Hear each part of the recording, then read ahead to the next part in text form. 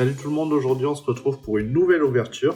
Alors aujourd'hui on va ouvrir des boosters de 3 cartes. Donc je suis arrivé à avoir 2 magazines différents.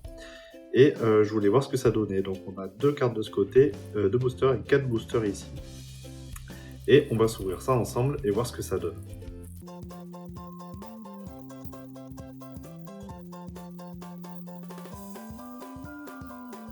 Voilà, donc c'est ouvert. Alors je vais juste trier rapidement.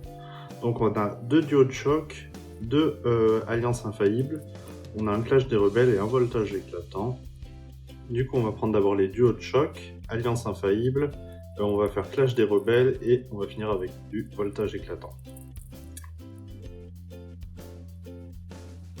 C'est parti pour le premier booster.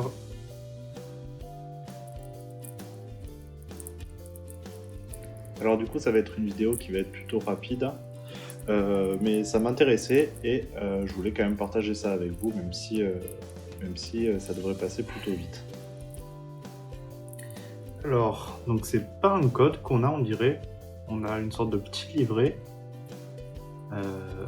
Du coup, il y a les cartes de la collection à cocher. Et il y a d'autres petites pubs derrière. D'accord, je savais pas du tout qu'il y avait ça.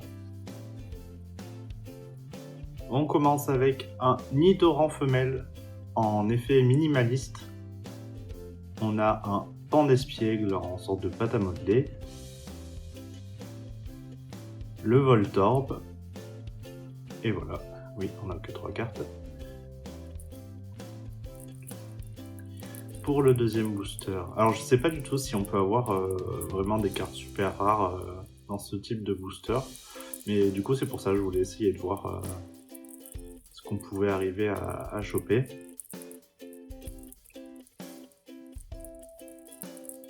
Je galère un peu sur celui-là. Alors, donc la même illustration.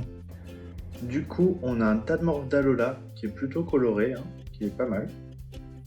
Un Ponyta de Sayat Suruta, j'adore vraiment cette illustratrice. Et on a un Watwat. On va passer maintenant sur l'Alliance Infaillible. J'ai jamais ouvert en plus cette collection, donc ça fera l'occasion. Oui, du coup, c'est vrai que comme je commence depuis pas très longtemps, en fait, j'ai surtout ouvert des séries plutôt récentes. Alors, déjà l'image change forcément. On a un Carapuce. Je crois que je connaissais cette illustration, mais j'aime bien. Un Tentacool avec un dresseur derrière, très joli. Et un Galekid, assez classique. Bon, du coup, pour le moment, on n'a pas grand-chose, mais je vous avoue que je m'attends pas non plus à des trucs ouf avec ces petits boosters. Alors, on a un Osselé. J'adore les couleurs.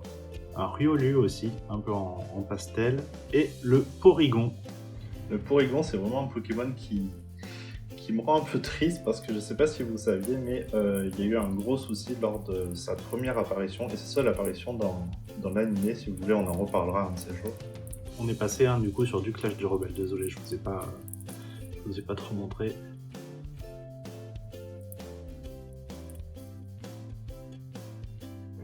On a un tout à fait de Galar. Je trouve que le Chara design de ce Pokémon est assez original. Alors lui par contre, oui, un vert pomme, pour moi c'est vraiment juste une pomme, quoi. Et le Moufouette quand même en reverse du coup. Par contre j'ai l'impression que le holo brille un peu moins que d'habitude. Du coup, dernier booster, du voltage éclatant. On a le petit Salamèche déjà qu'on peut voir là. On a le petit papier qui va avec. Oui, je vous montre quand même. Avec le Pikachu VMAX. Du coup, le Salamèche super coloré, super sympa cette illustration, j'adore. Le Axolotl qui prend son bain, très mignon aussi. Et on finit avec quand même un Minotop Reverse. Bon, c'est pas exceptionnel, je crois que c'est la carte la plus rare qu'on a eue dans ces paquets.